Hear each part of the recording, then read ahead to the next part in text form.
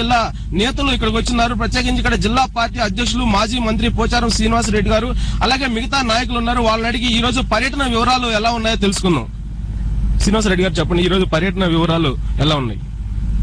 ఈ రోజు పార్టీ అధ్యక్షులు మా అధినేత గౌరవ నారా చంద్రబాబు నాయుడు గారి యొక్క పర్యటన నిజామాబాద్ జిల్లాలో సరస్వతి దేవి యొక్క దర్శనం తర్వాత ఎల్లారెడ్డి నియోజకవర్గంలో ఉప ఎన్నికల్లో పాల్గొనబోతున్నారు మీకోసం మరియు ప్రచార యాత్రలో. ఎల్లారెడ్డి నియోజకవర్గంలో బోధన్ నుంచి నిజామాబాద్ మీదుగా ఎల్లారెడ్డి నియోజకవర్గానికి వెళ్లిన తర్వాత మొట్టమొదటి సమావేశము గాంధారి మండలం ఉత్తునూరు గ్రామంలో ఉంటుంది. అది మొత్తం ట్రైబల్ ఏరియా. ఆ ఉత్తునూరులో ప్రజలను ఉద్దేశించి మాట్లాడిన తర్వాత గాంధారి మండల హెడ్ క్వార్టర్ చేరుకుంటారు. అక్కడ కూడా సమావేశాలు ఏర్పాటు చేశాం. గాంధారి తర్వాత గాంధారి క్రాస్ రోడ్ అని ఉంది, అక్కడ కూడా సదాశివనగర్ మండల పరిధిలో వస్తుంది. దాని తర్వాత మండల కేంద్రమైనటువంటి సదాశివనగర్ కూడా వెళ్తారు, అక్కడ కూడా సమావేశం ఉంది. అక్కడి నుంచి అదే మండలంలో ఉన్నటువంటి మరొక 2 గ్రామాలు వడ్లూరు, ఎల్లారెడ్డి, కుప్రియాలకు వెళ్లి కుప్రియాల్లో లంచ్ చేసుకుంటాం. ఈ పర్యటన మీకు ఎలా ఉపయోగపడుతుంది అనుకుంటున్నారు? వారి పర్యటన రాష్ట్రంలో గాని తెలంగాణ జిల్లాలో గాని మా నిజామాబాద్ జిల్లాలో గాని చంద్రబాబు నాయుడు గారి యొక్క పర్యటన గురించి ప్రజలు ఎదురు చూస్తా ఉన్నారు. ఎందుకంటే గత 9 సంవత్సరాలుగా రాష్ట్రానికి గాని మన యొక్క పేద ప్రజానీకానికి గాని తెలుగుదేశం పార్టీ అధికారంలో ఉండగా ఏ కార్యక్రమాలు జరిగినాయో అది ప్రజలు ఇప్పుడు నెమరు వేసుకుంటా ఉన్నారు. 4 ఏళ్ల కాంగ్రెస్ పార్టీ యొక్క అధికారాన్ని పోలీసు చూస్తా ఉన్నారు. కాంగ్రెస్ పార్టీ అధికారంకి వచ్చిన తర్వాత ఈ పరిపాలన అస్తవ్యస్తం అయిపోయింది. పేదవాడికి అన్యాయం జరుగుతా ఉంది, రైతులకు అన్యాయం జరుగుతా ఉంది, రౌడిజం పెరిగిపోయింది, దోపిడీ పెరిగిపోయింది. కాబట్టి తెలుగుదేశం పార్టీ పరిపాలన కావాలని ప్రజలు కోరుకుంటున్నారు. కాబట్టి చంద్రబాబు నాయుడు గారి యొక్క పర్యటన ఈ ఉప ఎన్నికల్లో మా అభ్యర్థుల విజయానికి బ్రహ్మాండంగా ఉపయోగపడుతుంది. కాంగ్రెస్ వాళ్ళు అభివృద్ధి నినాదంతో ఉప ఎన్నికలకు వెళ్తున్నారు, అలాగే టీఆర్ఎస్ ప్రత్యేక తెలంగాణ నినాదంతో వెళ్తుంది. సో మీ పార్టీ ఏ నినాదంతో ఈరోజు ఉప ఎన్నికలకు వెళ్తుంది? కాంగ్రెస్ పార్టీ అభివృద్ధి చెప్పేది వారి జేబులు నింపుకున్న అభివృద్ధి తప్పితే ప్రజలకు అభివృద్ధి ఏం లేదు. జలయజ్ఞం అంటారు, ఇందిరమ్మ ఇండ్లు అంటారు, ఇందిరమ్మ పెన్షన్లు అంటారు, గ్రామీణ ఉపాధి పథకం అంటారు, ఆదర్శ రైతులు అంటారు, ఆరోగ్యశ్రీ అంటారు. ఇవన్నీ ప్రజలకు ఉపయోగం చెప్పేది కాదు. ప్రజల పేరు చెప్పుకుని, చెట్టు పేరు చెప్పుకుని కాయలు అమ్ముకునే కార్యక్రమాలు తప్పితే మరొకటి కాదు. ఇకపోతే తెలంగాణ విషయంలో టీఆర్ఎస్ వాళ్ళు సెంటిమెంట్ మీద ఆటలాడుతున్నారు. ఏం చేశారండి? 4 సంవత్సరాలు అయిపోయింది. ఒకరి కన్న ఒకరు కప్పుకున్నారు. తెలంగాణ ఇస్తామన్నారు, తీసుకుంటామన్నారు. ఇచ్చింది లేదు, తీసుకున్నది లేదు. ఎవరు అడ్డపడ్డారు మీకు?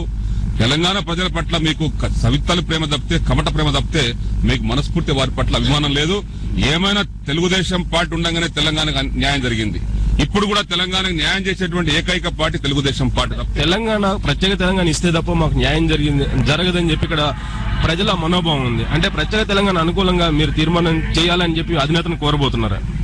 మేము ఎప్పుడు కూడా ఏ ప్రాంతానికి వ్యతిరేకం కాదు. ప్రజల మనోభావాలకు అనుగుణంగా వెళ్లేటువంటి పార్టీ మా పార్టీ. ఏ ప్రాంత ప్రజలు ఏం కోరుకుంటున్నారు, ఏ ప్రాంత ప్రజల అవసరాలు ఏమి ఉన్నాయి, ఆ విధంగా నడుచుకునేటువంటి పార్టీ మా తెలుగుదేశం పార్టీ.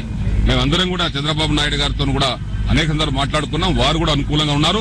ఎక్కడ కూడా తెలంగాణకు వ్యతిరేకమైనటువంటి పరిస్థితి తెలుగుదేశం పార్టీ లేదు.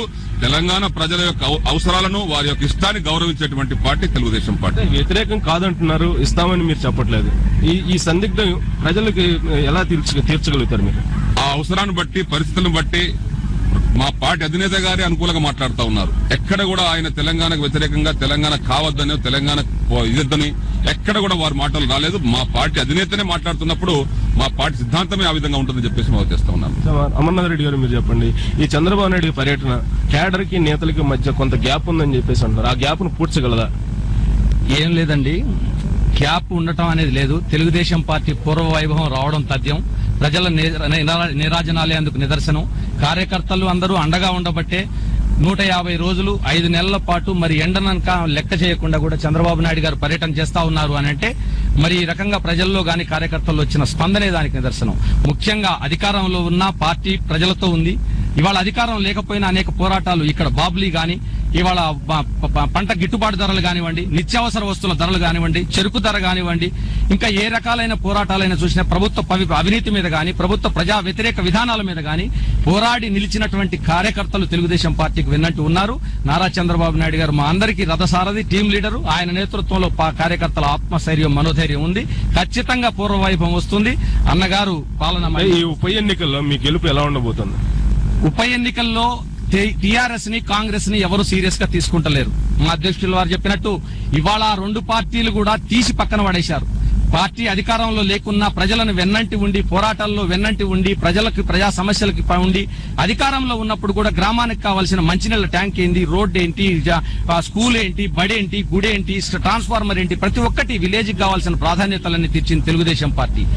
ఆ ప్రతిపక్షంలో ఉన్నా కూడా ప్రజా సమస్యలకి వెన్నంటి ఉండి పోరాడి సాధించుకున్న తెలుగుదేశం పార్టీ ఇవాళ తెలుగుదేశం పార్టీని తప్పితే ఇంకొక పార్టీని గమనంలోకి తీసుకుంటారనేటువంటి నమ్మకం భ్రమలు పెట్టుకోవద్దని మాత్రం రెండు పార్టీలు. Thank you. తెలుగుదేశం పార్టీ ప్రత్యేక తెలంగాణ విషయంలో ఆచితూచి వ్యవహరిస్తుంది. మేము ఇస్తామంటే వద్దనమని చెప్తుంది, అలాగే ఇస్తామని కూడా హామీ ప్రస్తుతానికైతే ఇవ్వలేమని చెప్తున్నారు. అయితే కాంగ్రెస్ ప్రభుత్వం మీద ఉన్నటువంటి వ్యతిరేకత మాత్రం ఉపయోగపడుతుందని వాళ్ళు భావిస్తున్నారు. Thank you Subbarao. Hyderabad studio. Thank you Subbarao.